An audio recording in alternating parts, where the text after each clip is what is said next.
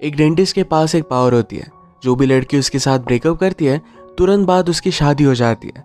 इस वजह से सारी लड़कियां उसके पीछे दीवानी हो गई थी। प्रॉब्लम तब आती है जब इस डेंटिस्ट को प्यार हुआ। अब आगे क्या होगा ये हम आज की हमारी मूवी गुड लक चक ये 2007 की एक हॉलीवुड रोमांटिक मूवी में देखेंगे। अगर आपको वीडियो अच्छा लगता है तो प्लीज़ इसे लाइक और कमेंट ज़रूर कर दीजिएगा। अब बिना किसी देरी के एक्सप्लेनेशन स्टार्ट करते हैं। मूवी स्टार्ट होती है और हम हमारे मेन कैरेक्टर चार्ली का बचपन देख सकते हैं। बचपन में उसके सारे फ्रेंड्स मिलकर बॉटल घुमाने का गेम खेल रहे थे। ये बॉटल जिनकी तरफ भी पॉइंट करती उन्हें क्लोजेट में जाकर 5 मिनट बिताने होते थे। चार्ली एक लड़की को लाइक करता था, उसी के साथ उसे वहाँ पर जाना था, पर जब वो बॉटल घूमना बंद करती है तब किसी और ही लड़की पर ही रुकी। वो लड़की बहुत ही डेंजरस थी पर वो चार्ली को लाइक करती थी। क्लोजेट में जाने के बाद उसके साथ वो इंटीमेट होना चाहती थी। बेचारा चार्ली उससे बहुत डर गया और वो बाहर आ जाता है। इस बात से वो लड़की बहुत ही ज़्यादा गुस्सा हो जाती है। कहती है कभी भी तुम्हारी रिलेशनशिप टिकेगी नहीं, कोई भी लड़की जब तुम्हें छोड़ देगी उसके तुरंत बाद उसका सोलमेट उसे मिल जाएगा। इसके बाद हम देखते हैं कि चार्ली बड़ा हो चुका है। बीच पर एक लड़की के साथ वो इंटीमेट हो रहा था। उस लड़की ने उसे आई लव यू कहा पर चार्ली उसे कह नहीं पाता। इस बात पर वो बहुत ही ज़्यादा गुस्सा हो गई और वहाँ से वो चली जाती है। इसके बारे में अपने फ्रेंड्स टू से बात करता है। उसने कहा कि मैं उसे प्यार नहीं करता था, मुझे कुछ भी फील नहीं होता, तो मैं बात कैसे कह सकता हूँ। इस आई लव यू के चक्कर में वो भी मेरी लाइफ से चली गई। स्टू ने उसे कहा रिलेशनशिप में लोग हमेशा झूठ कहते रहते हैं, तुम्हें भी उसे बोल देना चाहिए था। ये दोनों फ्रेंड्स डॉक्टर थे। चार्ली एक डेंटिस्ट था तो स्टू एक ब्रेस इम्प्लांट का डॉक्टर था। स्टू के पेशेंट हमेशा बहुत ही ब्यूटीफुल होते हैं और चार्ली के पास जनरली बूढ़े लोग ही आते हैं। ये बात आगे चेंज होने वाली थी। एक दिन चार्ली की एक ओल्ड गर्लफ्रेंड की शादी थी। इन दोनों को इनवाइट किया गया था। ब्राइड ने चार्ली के लिए टोस्ट किया कि तुम्हारी वजह से मेरी शादी होगी, तुम एक लकी चार्म हो। जैसे बचपन में उस लड़की ने चार्ली को शाप दिया था कि तुमसे ब्रेकअप करने के बाद उस लड़की को उसका सोलमेट मिलेगा, यही इस ब्राइड के साथ भी हुआ है। चार्ली को बात बहुत ही अजीब लगती है। इस वेडिंग में एक बहुत ही ब्यूटीफुल सी लड़की आई जिसका नाम था कैम। वो आकर चार्ली के पास बैठती है। ये तुरंत एक दूसरे से बहुत ही अच्छे से बात करने लग गए। चार्ली ने उससे पूछा कि तुम करती क्या हो। कैम ने कहा कि पेंगुइन्स का ख्याल रखती हूँ। चार्ली इस पर बहुत हंसा, उसे बात सीरियस नहीं लगती। तो कैम ने कहा कि मैं एक सीरियल किलर हूँ। चार्ली भी अपना प्रोफेशन उटपटांग तरीके से बताता है। बाद में जब कैम को पता चला कि चार्ली डेंटिस्ट है तो कहती कि मैं तुम्हारे पास आ सकती हूँ। मीटिंग के बाद जब वो जा रही थी तो कैम से एक कैंडल चार्ली के पैंट पर गिर जाती है। ये बहुत ही अजीब लग रहा था। इस तरीके के एक्सीडेंट हमेशा कैम के साथ होते रहते हैं। अगले दिन चार्ली जब अपने काम पर आया तो बहुत सारी लड़कियां उसका वेट कर रही थी। उसकी सेक्रेटरी ने एक डेटिंग वेबसाइट पर एक आर्टिकल देखा जो चार्ली के बारे में था। इसमें लिखा था कि चार्ली को डेट करने के बाद नेक्स्ट डेट में ही आपको आपका हस्बैंड मिल जाएगा। ये सारी लड़कियां अपने हस्बैंड को पाने के लिए चार्ली को डेट करने के लिए रेडी थी। चार्ली समझ नहीं पाता कि हो क्या रहा है, पर उसकी रिसेंटली जो गर्लफ्रेंड थी ये अब वेडिंग ड्रेस ट्राई कर रही थी। उसकी जल्दी शादी है। वो चार्ली से कहकर जाती है तुम एक्चुअल में एक लकी चार्म हो।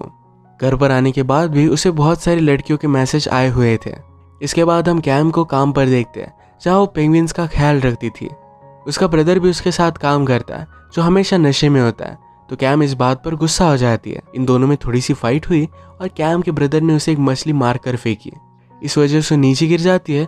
उस वजह से उसका टूथ क्लिप हो गया था। आज रात चार्ली एक लड़की के साथ डेट पर आया हुआ था। वो डायरेक्टली उसके साथ इंटीमेट होने लगती है। उसे भी लग रहा था कि उसे इसके बाद उसका सोलमेट मिल जाएगा। चार्ली कहता है कि मुझे नहीं लगता कि ऐसा कुछ भी होने वाला है। इन सब बातों पर वो बिलीव नहीं करता। उस लड़की ने कहा कि शायद अगर थोड़ा भी चांस है तो ये चीज़ वो करना चाहती है। उसने पहले बहुत सारे घटिया लोगों को डेट किया था। चार्ली के साथ एक डेट उसके लिए कोई भी मायने नहीं रखती। चार्ली भी इस बात के लिए मान जाता है। उसे कैम का कॉल आया। अपने टूथ के बारे में उसे बता देती है। पहले चार्ली को तो मजाक लगा था पर बाद में उसे हेल्प करने के लिए वो आ गया। चार्ली सरप्राइज था कि कैम एक्चुअल में पेंगुइन के पास काम करती है। कैम उनके लिए बहुत ही पैशनेट थी। चार्ली ने भी डेंटल हेल्थ अवेयरनेस के लिए छोटे बच्चों का कैम्प लिया था।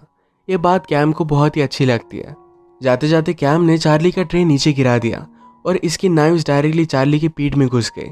एक्सीडेंटली छोटी सी चोट चार्ली को आ गई। जैसे कि हमें पता है कैम के साथ ऐसी चीज़ें होती रहती है। कैम इसके लिए बहुत ही सॉरी थी। वो चार्ली को कहती है तुम्हें न्यू शर्ट बाय कर दूंगी, पर चार्ली कहता है इसके अलावा तुम मेरे साथ डेट पर चलो। उसे वो बहुत अच्छी लगी थी। कैम इस बात को मना कर देती है।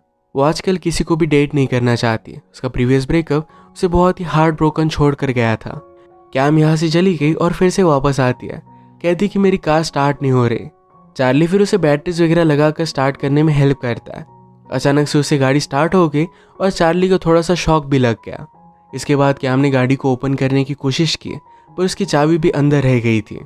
चार्ली फिर उसे घर लेकर जाता है। कैम ने घर से चाबी निकाली और फिर से गाड़ी के पास आ गए। इन्होंने साथ जो भी टाइम बिताया, इसमें बहुत सारी बातें की। कैम के जाते वक्त चार्ली फिर से उससे पूछता है, क्या मेरे साथ डेट पर चलोगी? पर कैम उसे मना कर दिया। उसने कहा कि मैं कोई भी इमोशनल रिलेशनशिप नहीं चाहती। इसके बाद चार्ली जब घर पर पहुंचता है तो वहां पर उसकी सेक्रेटरी आई हुई थी। उसके साथ इंटीमेट होना चाहती थी। उसे भी अपना सोलमेट ढूंढकर उसे शादी करनी है। चार्ली पहले तो इसके लिए मना करता है, पर सेक्रेटरी इमोशनल हो गई। चार्ली को उसके लिए बुरा लगता है। उसके बाद ये दोनों इंटीमेट हो गए। आजकल जो भी हो रहा था, ये सारी चीज़ें चार्ली ने अपने फ्रेंड से कही। फ्रेंड को ये बात बहुत ही अमेजिंग लगी। वो चार्ली से कहता है, तुम्हें इस अपॉर्चुनिटी का फ़ायदा उठाना चाहिए। वैसे भी तुम उन्हें अपना लाइफ पार्टनर ढूंढने के लिए हेल्प भी कर रहे हो। चार्ली भी इस पर सोचता है और ये पब्लिक सर्विस करने के लिए रेडी था। इसके बाद अलग अलग शॉट्स में हम उसे बहुत सारी लड़कियों के साथ देखते हैं। थोड़े दिनों बाद चार्ली ने रियलाइज़ किया कि कोई भी लड़की उसे एक्चुअल में नहीं चाहती। वो अब एक सीरियस रिलेशनशिप चाहता था। उसे अब भी कैम की याद आती थी, तो डायरेक्टली उसे मिलने के लिए वो पहुंच गया। वो उसे कहता है कि मुझे तुम्हारी बात अच्छी नहीं लगी, इमोशनली तुम अवेलेबल नहीं हो, ये कोई भी रीज़न नहीं है। ये जब बात कर रहे थे तो कैम का ब्रदर भी आ गया। वो कैम से पूछता है, क्या ये वही लड़का है? मतलब चार्ली के बारे में कैम ने बात की थी। ये सुनकर चार्ली को बहुत अच्छा लगा। चार्ली उसे बहुत ही इंसिस्ट कर रहा था। कैम उसे पूछते हैं कि आखिर तुम मुझे डेट पर क्यों लेकर जाना चाहते हो? चार्ली कहता है, मुझे तुम उन पेंगुइन्स की तरह लगती हो। बाहर तो ठीक ठाक लगते हैं, पर पानी के अंदर जाने के बाद वो बहुत ही ब्यूटीफुल होते हैं। कैम को बात अच्छी लगी तो उसके साथ डेट पर आने के लिए वो मान जाती है। कैम ने चार्ली को एक बुक दिखाई जिसके ऑथर को बहुत पसंद करती थी। वो थोड़े मंथ्स में उसे मिलने के लिए जाने वाली है। इसके बाद चार्ली कैम को एक बहुत ही ब्यूटीफुल सी डेट पर लेकर आया था। चार्ली पूछता है कि तुम्हें पेंगुइन इतने अच्छे क्यों लगते हैं? कैम कहती है, उनके रिचुअल बहुत ही ब्यूटीफुल होते हैं। अगर मेल पेंगुइन को एक फीमेल पेंगुइन अच्छी लगती है तो पूरा शोर ढूंढकर उसके लिए एक परफेक्ट पेबल वो लेकर आता है। चार्ली को भी बात अच्छी लगी। अचानक से चलते चलते फिर से कैम नीचे गिर गई। जहाँ पर चोट आई थी वहाँ पर चार्ली उसे किस करता है। उसके बाद उन्होंने किस किया। इसके बाद ये दोनों मिलने लग गए थे। एक दिन चार्ली ने कैम को बैंडेज का गिफ्ट दिया। इस पर वो बहुत हंसती है। एक रात डेट के बाद ये कैम के घर पर आए। ये दोनों आज रात इंटीमेट होने वाले थे। अचानक से चार्ली को अपने फ्रेंड का कॉल आ जाता है। उसके फ्रेंड ने कहा कि तुम्हारी जो थ्योरी है इसके बारे में मैंने सोचा और कुछ रिसर्च की। सचमुच में तुम जिस भी लड़की के साथ थे, तुम्हारे तुरंत बाद उसे उसका सोलमेट मिल गया। इस बात से चार्ली डिस्टर्ब हो जाता है। उसे लगता है कि अगर आज रात उसने कैम के साथ बिताई तो उसे और कोई मिल जाएगा। चार्ली ने फिर एक बहाना बनाया और वहाँ से वो भाग जाता है। कैम के साथ वो आगे बढ़ पाए, इससे पहले अपनी थ्योरी उसे टेस्ट करनी थी। उसने एक लड़की को नोटिस किया जिसे देखकर सबको लगता था कि इसकी शादी कभी भी नहीं होगी। चार्ली बहुत डर डर कर ही उस लड़की के पास गया।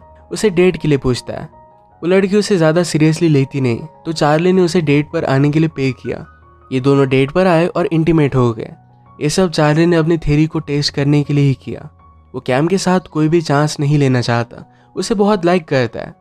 एक दो दिन बीत गए थे, फिर भी कैम को चार्ली का कॉल नहीं आया। इस बात से अपसेट थी। इसके बारे में अपने ब्रदर से वो बात करती है।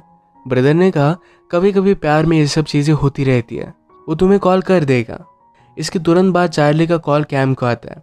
चार्ली ने कहा कि मैं ज़रा बीमार हूँ, क्या हम फ़ोन पर या स्काइप पर बात कर सकते हैं? कैम भी इसके लिए मान जाती है। ये फिर कंटिन्यूसली एक दूसरे के साथ फ़ोन पर बात करने लग गए। चार्ली फिर अपने फ्रेंड को मनाता है, ये जाओ और उस लड़की से बात करो, उसे डेट पर लेकर जाओ। अगर उसके फ्रेंड ने डिसाइड किया कि उस लड़की के साथ वो शादी नहीं करेगा तो चार्ली सेफ है।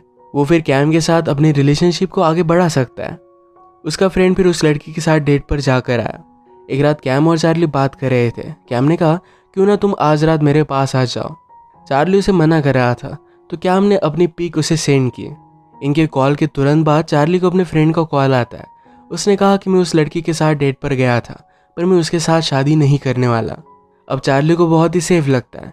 रात में वो कैम के पास गया और ये दोनों इंटीमेट हो जाते हैं। अगली सुबह जब चार्ली ने न्यूज़ लगाई तो उसने देखा कि वो लड़की किसी के साथ एंगेज हो गई है। इस बात से वो बहुत ही डिस्टर्ब हो जाता है। उसने स्टू को कॉल लगाकर कहा कि क्या तुम उसके साथ सचमुच में डेट पर गए थे? स्टू ने कहा कि ऑफकोर्स मैं नहीं गया था, तुम्हारे लिए मैं मेरी पूरी लाइफ बर्बाद नहीं कर सकता। चार्ली बेचारा बहुत ही डर जाता है कि शायद अब कैम को खो देगा। कैम के लिए बेड में ही वो ब्रेकफास्ट लेकर आया। सुपरमार्केट से सब कुछ वो उठा कर लेकर आया था। वो अब नहीं चाहता कि कैम एक भी पल के लिए उसकी नज़रों से दूर जाए। पूरे दिन के लिए उसके साथ वो प्लान कर रहा था, पर कैम ने कहा कि आज मेरा काम है, उसके साथ डे स्पेंड नहीं कर सकती। कैम भी उसे इस तरीके से देखकर डर गई थी। वो जब काम पर आई तो चार्ली ने उसका पूरा ऑफिस फूलों से सजा दिया था। वो फिर एक म्यूजिकल बैंड ही लेकर कैम से मिलने के लिए आ जाता है। कैम ने कहा कि मेरे काम की जगह है, तुम यहाँ पर इस तरीके से नहीं आ सकते। कैम की जब छुट्टी हुई तो चार्ली बाहर ही उसका वेट कर रहा था। वो आज रात ही उसके साथ डेट पर जाना चाहता है। कैम उसे कहती कि इस तरीके से सारी चीज़ें करना बंद कर दो। वो ऐसी रिलेशनशिप नहीं चाहती जिसमें चार्ली हमेशा उसके पीछे पीछे रहे। चार्ली अगले दिन कैम के लिए डायरेक्टली रिंग लेकर आया। वो कैम को किसी और के साथ देखता है तो डायरेक्टली उसे मारने लग जाता है।